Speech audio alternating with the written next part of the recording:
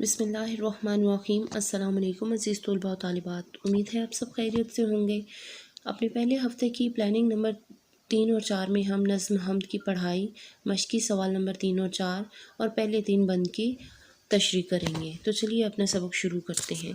یہ میدان و صحرا بنائے ہیں کس نے، یہ بل کھاتے دریا بہائے ہیں کس نے، ہمارے خدا نے، ہمارے خدا نے۔ یہ گلشن میں پھولوں کی رنگی کتاریں بکھیری ہیں کس نے، چمن میں بہاریں، ہمارے خدا نے، ہمارے خدا نے۔ یہ چاند اور سورج بنائے ہیں کس نے، سیاہی کے پردے اٹھائے ہیں کس نے، ہمارے خدا نے، ہمارے خدا نے۔ سجائے ہیں کس نے فلک پہ ستارے، لبھاتے ہیں شب میں جو دل کو ہمارے، ہمارے خدا نے، ہمارے خدا نے۔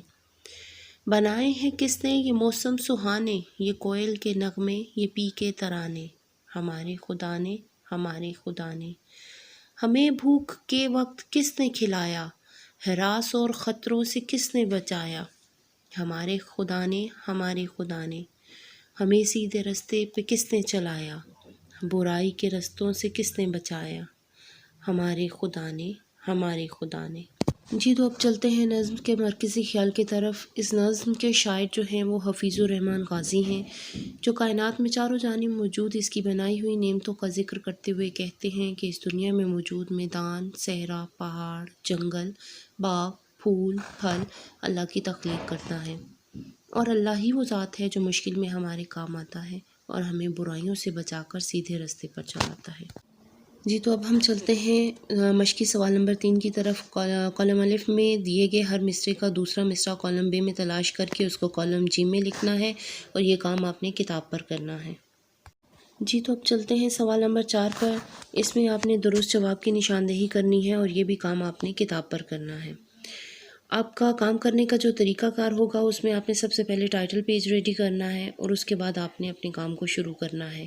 آپ کے سامنے اسکرین پر کام کرنے کا طریقہ دکھایا جا رہا ہے، آپ نے اسی طریقے سے کام کو کرنا ہے، اپنی کاپیز پہ سٹارٹ کرنا ہے۔ نمونے کے طور پہ آپ کے سامنے بند نمبر 1، 2 اور 3 کی تشریحات درج ہیں۔ آپ نے تشریحات کو اسی طریقے سے کرنا ہے۔ تشریح میں آپ نے بند کو ڈاٹڈ فارم میں لکھ لیجئے گا۔ اس کے بعد حوالہ نظم، حوالہ نظم میں نظم کا نام اور شاعر کا نام ضرور لکھیے گا۔ پھر حل لغت، حل لغت کا مطلب ہوتا ہے مشکل الفاظ کے معنی، اور پھر تشریح۔ بیٹے یہ تشریح آپ لوگوں نے خود اپنے الفاظ میں لکھنی ہے، نمونے کے طور پہ آپ کے سامنے پیش کر دی گئی ہے۔ اب آ جائیں گھر کے کام کی طرف۔ تشریح جو ہے آپ کے پاس بند نمبر 4 سے لے کر 7 تک آپ نے اردو لٹریچر کی کاپی پر گھر میں بیٹھ کے کرنی۔